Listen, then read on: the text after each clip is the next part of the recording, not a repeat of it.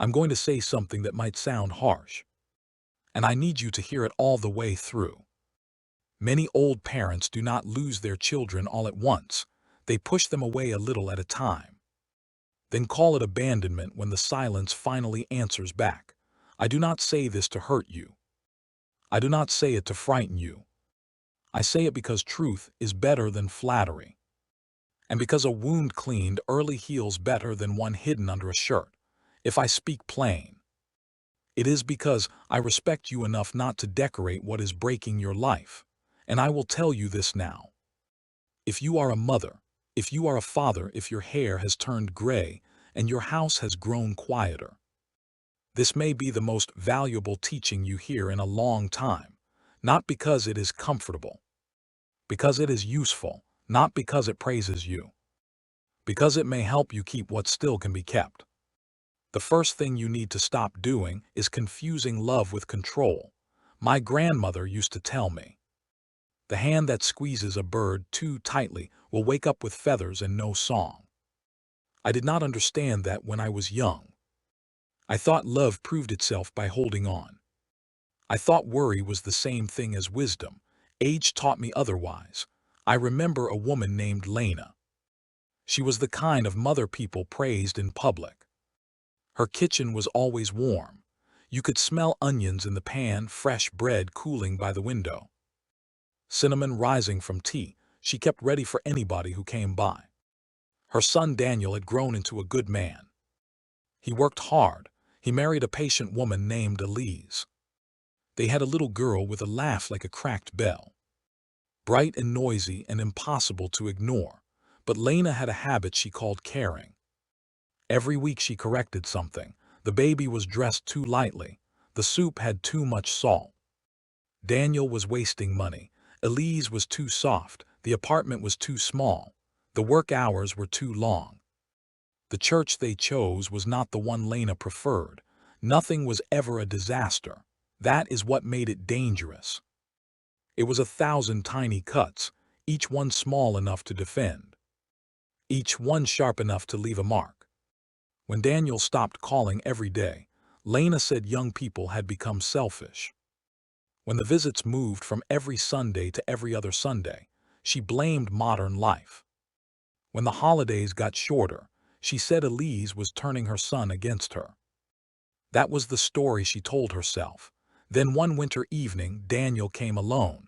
Snow tapped against the windows. His boots left wet prints on her floor. He did not raise his voice. He did not accuse.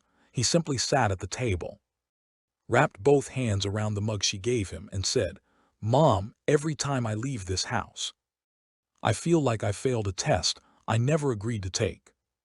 That sentence broke something open in her. Lena cried after he left, not loud, the tired kind of crying, the kind where the clock sounds too big in the room. The next week, when Daniel and Elise came back, Lena did something she had not done in years. She asked no questions meant to correct. She offered no hidden judgments dressed like concern. She listened, she listened, she listened. And when Elise told a story about the baby spilling beans across the floor, Lena laughed instead of instructing. It was small. It was everything. In time, the visits grew easier again. Not perfect, easier. The air changed because Lena finally understood that a grown child does not come close to be managed. A grown child comes close to be respected. The moral is simple. If you keep trying to hold your adult child by the throat of your opinion, do not act surprised when they choose distance just to breathe. The second thing that changes is this. You must stop making every conversation a courtroom where your child is always on trial. My grandfather used to say, "A house where every word is weighed on a scale soon becomes too heavy to enter." That is one of those sayings that sounds gentle until life proves it.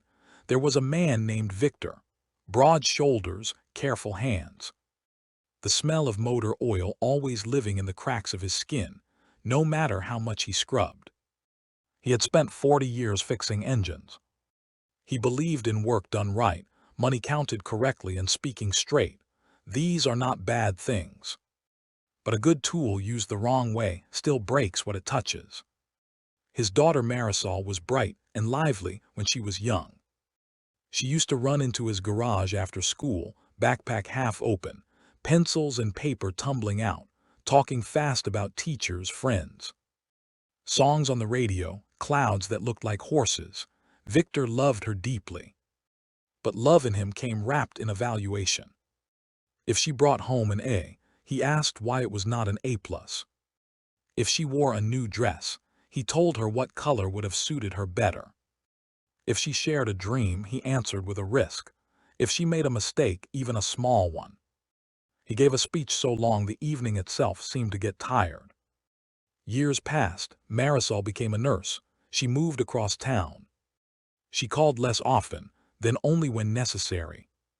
Victor told people children today had no loyalty. But when she did call, listen to what happened. He did not ask how her heart was. He asked why she had not called sooner.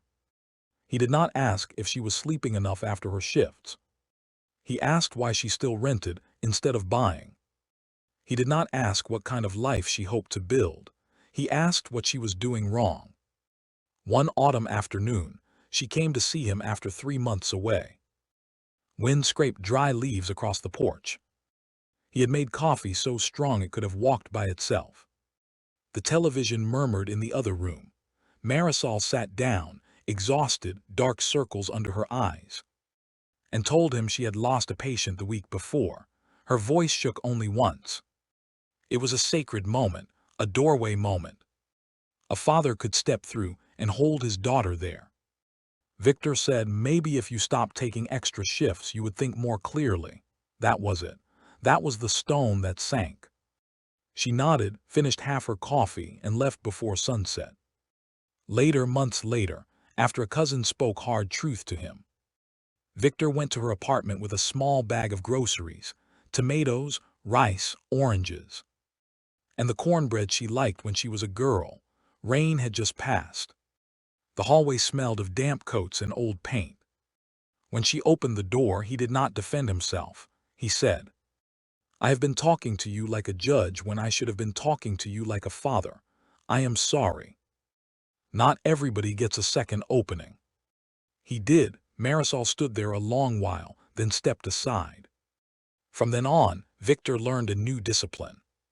When she spoke, he did not search for the flaw first. He learned to answer pain with presence before advice. He learned that not every confession is a request for correction. The moral is this: if your child feels examined every time they speak, they will eventually choose silence over your company. Before I go further, let me place something in your hands.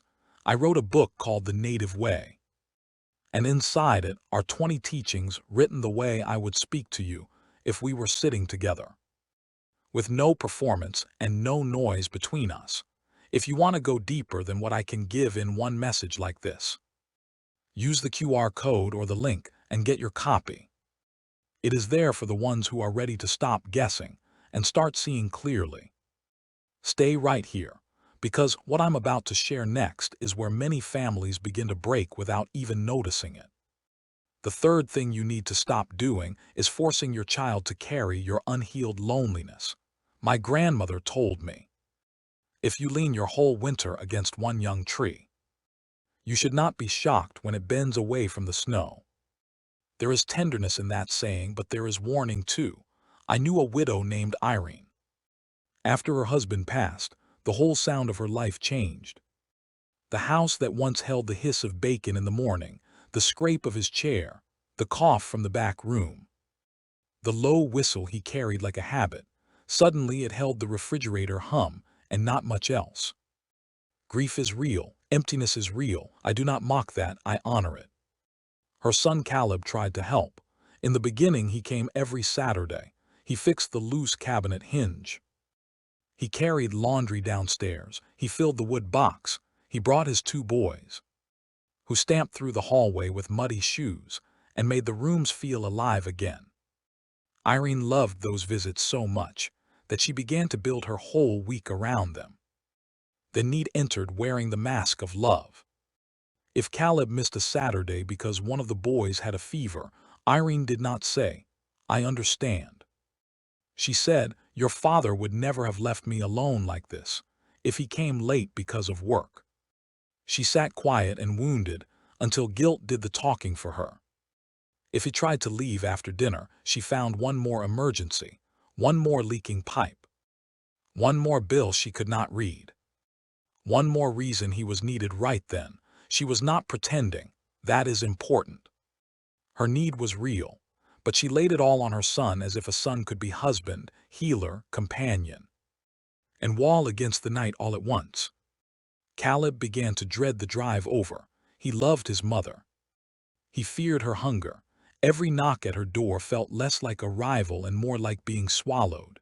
His wife noticed first. She said, "You come back from your mother's house looking like somebody took a bucket and emptied you out." One February evening the boys stayed home sick, so Caleb came alone. The furnace clicked and rattled. A pot of stew sat untouched on the stove, thick with carrots and elk meat. Irene started crying before he had taken off his coat. She said he was leaving her behind. She said nobody cared if she lived or died.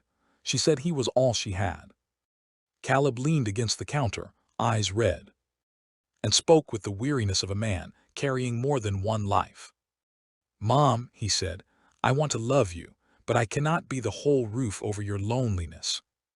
That sentence hurt her. It also saved her. A month later, Irene joined the Women's Crafts Circle at the community hall. Then she began sitting with a church group on Thursdays.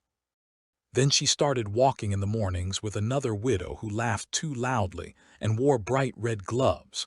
Her grief did not vanish, but it stopped demanding that her son be the only answer to it. When Caleb came after that, he came freely. The boys ran through the house again. Irene fed them stew and fry bread. And for the first time in a long while, she enjoyed their presence without trying to trap it. "Hear me.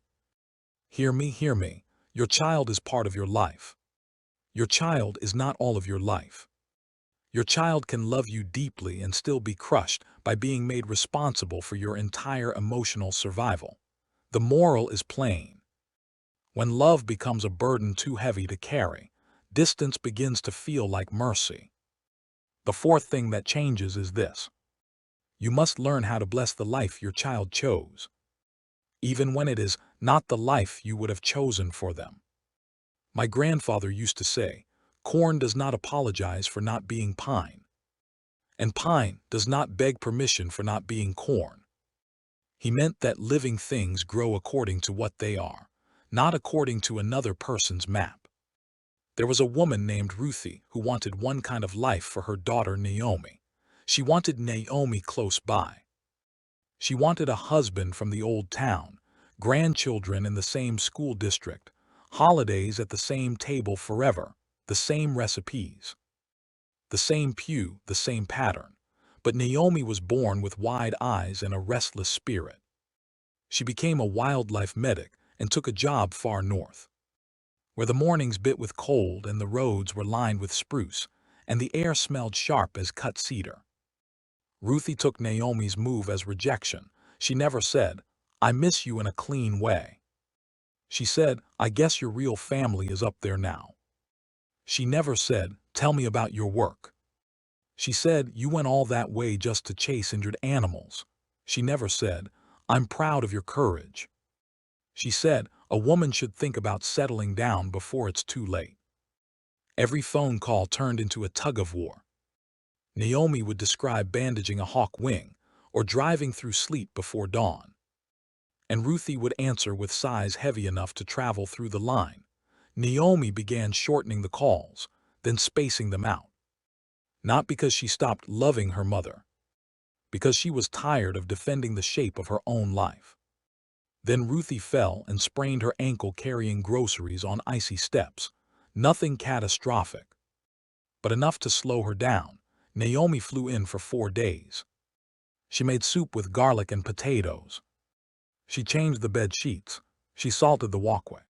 One evening they sat by the heater while sleet tapped the windows. And Naomi rubbed ointment into Ruthie's swollen ankle, with the same careful hands she used on injured birds. Ruthie watched her daughter in that yellow lamplight and saw, maybe for the first time, not the child who had left her, but the woman who had become herself. The next morning Ruthie did one brave thing. Over oatmeal and sliced apples, she said, "Tell me about the hardest animal you ever saved." Naomi looked up slowly, like a person stepping onto ice she is not sure will hold. Then she began. She spoke for an hour, about blood on wool gloves, about the smell of antiseptic, about a fox that bit through leather, about the first time she lost one and cried in the truck afterward. Ruthie listened without trying to turn the story back toward her own disappointment. That was the turning point. From then on their calls changed. Ruthie still missed her, but she stopped treating difference like betrayal. And Naomi, feeling less judged, came closer again of her own will. The moral is this: when you keep punishing your child for becoming themselves, do not be surprised when they choose that selfhood somewhere far from you.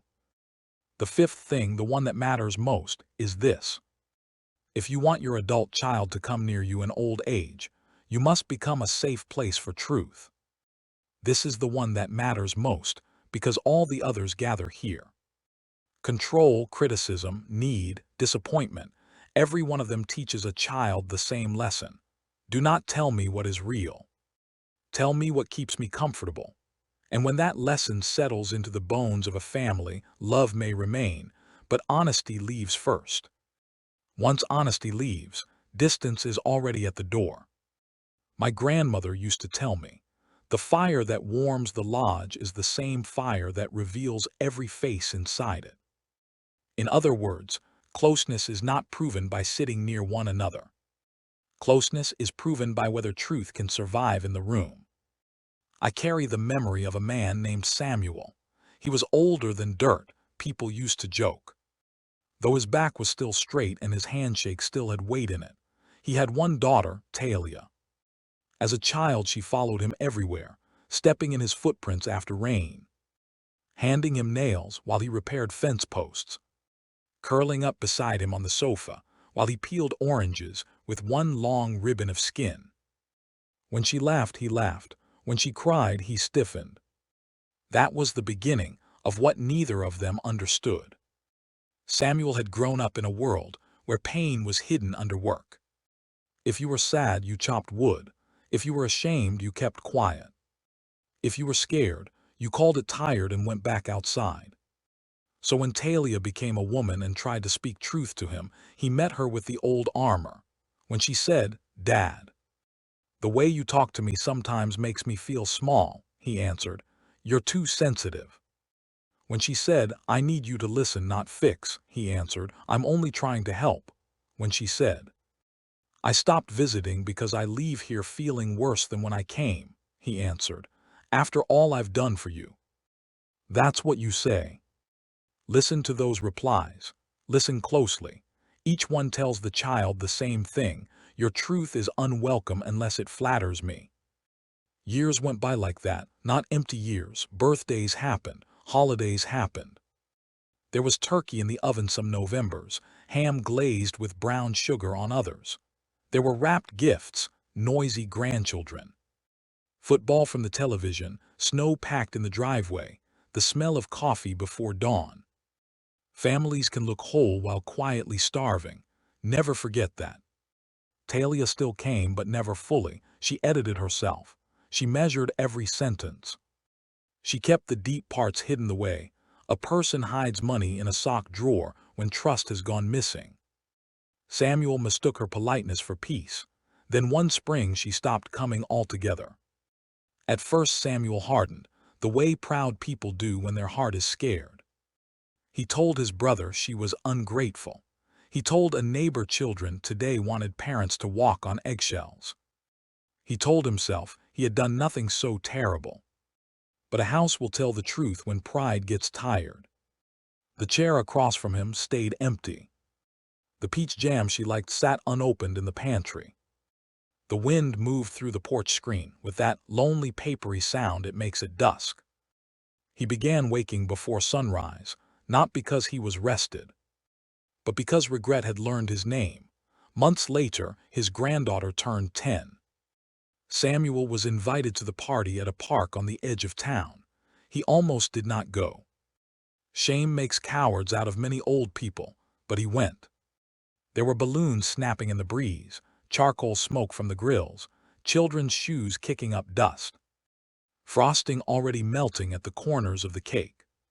Talia stood near a picnic table in a blue jacket, laughing with another mother. Samuel saw, in one hard instant, that life had continued without his permission. After the children ran off toward the swings, he walked to her. His mouth looked dry. His hands shook a little. Age had not done that, truth had. He said, "I think I taught you that my comfort mattered more than your honesty." Now that is not a polished sentence. That is not something from a book. That is a man breaking open in public, because the cost of staying closed had finally become greater than the cost of being seen. Talia did not rush to forgive him. That is another thing people must understand. One apology does not erase a pattern. One tear does not rebuild a bridge. She looked at him a long time. Children shouted in the background. Somebody dropped a tray of cups. A dog barked from across the field. The whole ordinary world kept moving, while father and daughter stood there with truth between them. Then she said, "I tried to tell you for years." Samuel nodded. "I know, not if, not you misunderstood." Just those 2 words, "I know." That was the first safe thing he had given her in a long time. They sat at the far end of the park after that, near a trash barrel buzzing with wasps around spilled soda. She told him what she had held back for years, the jokes that cut too deep, the way he dismissed her feelings in front of others, the way every hard conversation became a defense of himself instead of care for her. Twice he started to explain, and twice he stopped. He had finally learned that explanation is often just pride wearing a cleaner shirt. The rebuilding was slow. Let nobody lie to you about that. It was slow. It was awkward. It was uneven. He called and asked before visiting. When she spoke, he did not interrupt. When he felt the old urge to defend himself rise up hot in his chest, he let it pass like bad weather. He learned to say, "Tell me more." He learned to say, "I can see why that hurt." He learned to survive hearing the truth without making punishment out of it. Months later, Talia brought the children to his house for supper. He made stew too salty at first, then fixed with more water and potatoes. Rain ticked against the roof. One of the boys dropped a spoon. The little girl fell asleep on the couch with one sock missing, at the sink, while Samuel rinsed bowls under warm water. Talia came beside him and said quietly, "It feels different here now." That is the sentence many old parents are starving to hear. But they do not earn it with authority. They earn it with safety. Say less to defend yourself. Say less to control the story. Say less to protect your pride. Say less. Listen more. Listen longer. Listen until the truth in your child no longer has to knock before entering your presence. The moral of the deepest lesson is this: your adult child will come closer when they know they can bring their real heart to you, and it will not be punished for telling the truth. So let me leave you with the offer one more time. If you want to keep walking with me, the Native Way holds 20 teachings written the way I would speak to you if we were sitting together. Slow enough to understand and plain enough to use. The QR code or the link will take you there. And now I want to ask you something you should answer honestly, not for me, but for yourself. When your child pulls away, are they running from who they are, or are they protecting themselves from what it feels like to be near you? If this is the kind of conversation you have been looking for, subscribe to this channel. We are not collecting viewers here. We are collecting people who remember. Come back next week. I am not done teaching yet.